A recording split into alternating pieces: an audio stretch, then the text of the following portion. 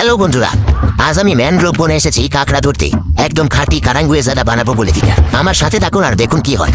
এই যে আমি ম্যানগ্রোভের ভেতরে ঢুকছি কাঁকড়া খুঁজতে। রান্নার জোগাড় করতে হবে তো। সাথে সাথেই এই ডালপালার নিচে একটা গর্ত পেয়ে গেলাম। হাত ঢোকানোর জন্য একটু পরিষ্কার করে নিই।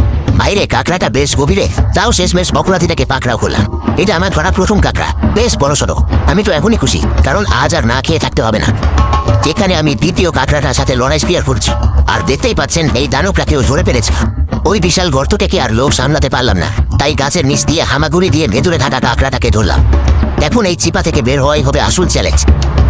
ডাইরেক্ট ম্যানগ্রোভ বনে কাঁকড়া ধরা মোটেও সহজ কাজ না।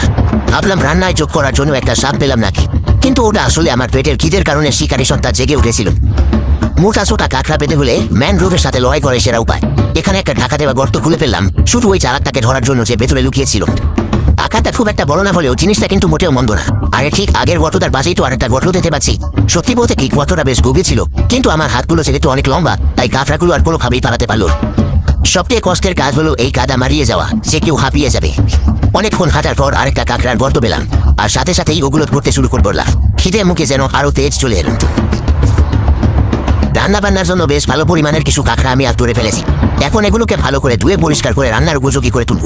ভাইরে, তীরের দিকের জায়গাটা তো পুরোপুরি ডুবে গেছে, কিন্তু এই সামান্য বিপত্তি বা সমস্যায় আমি আমার রান্নার কাজ থামিয়ে দেব না। এই তাল গাছে পড়ে থাকা টুকরোটাকেই আমি আমার মাটির উনুন তৈরির কাজে ব্যবহার করব। ব্যাস, উনুন তৈরি। এখন শুধু জোরে জাল দিতে হবে যাতে পুরো দমে রান্না হয়। আর দেরি না করে আমার এই জম্বি অ্যাপোক্যালিপস ছুরি দিয়ে মশলাপাতি কাটতে শুরু করলাম। হাঁড়িটা উনুনে বসিয়েই যেন আয়ু দিন দিন কমে গেল। এবার মশলাগুলো দিয়ে দিই, 1 লিটার জলও দিয়ে দাও। আর এখন কাঁকড়াগুলো হাঁড়িতে যাওয়ার সময় হয়েছে। মনে হচ্ছে এই ছোট হাঁড়িতে সব কাঁকড়া তুলবে না, যতটা ধরে ততটাই দিই। সাথে কিছু সুগন্ধি ভেষজ, নুন আর লেবুও দিয়ে দিচ্ছি। ভালো করে ফুটে উঠলে নারকেলের দুধ মিশিয়ে দেওয়ার পালা। ব্যাস, রান্না তৈরি। এখন ম্যানগ্রোভ বনের ভেতরে গাছের শীতল ছায়ায় বসে তৃপ্তি করে খাবো। দোস্ত, এটাই তো সেরা সময়। এই চর্বিওয়ালা কাঁকড়াটা যা হয়েছে না, আজ ভাবছি ডুবিয়ে খাবো। কাঁকড়া থেকে বের হওয়া এই তেলটা পিরনের সাথে জাস্ট জমে যাবে।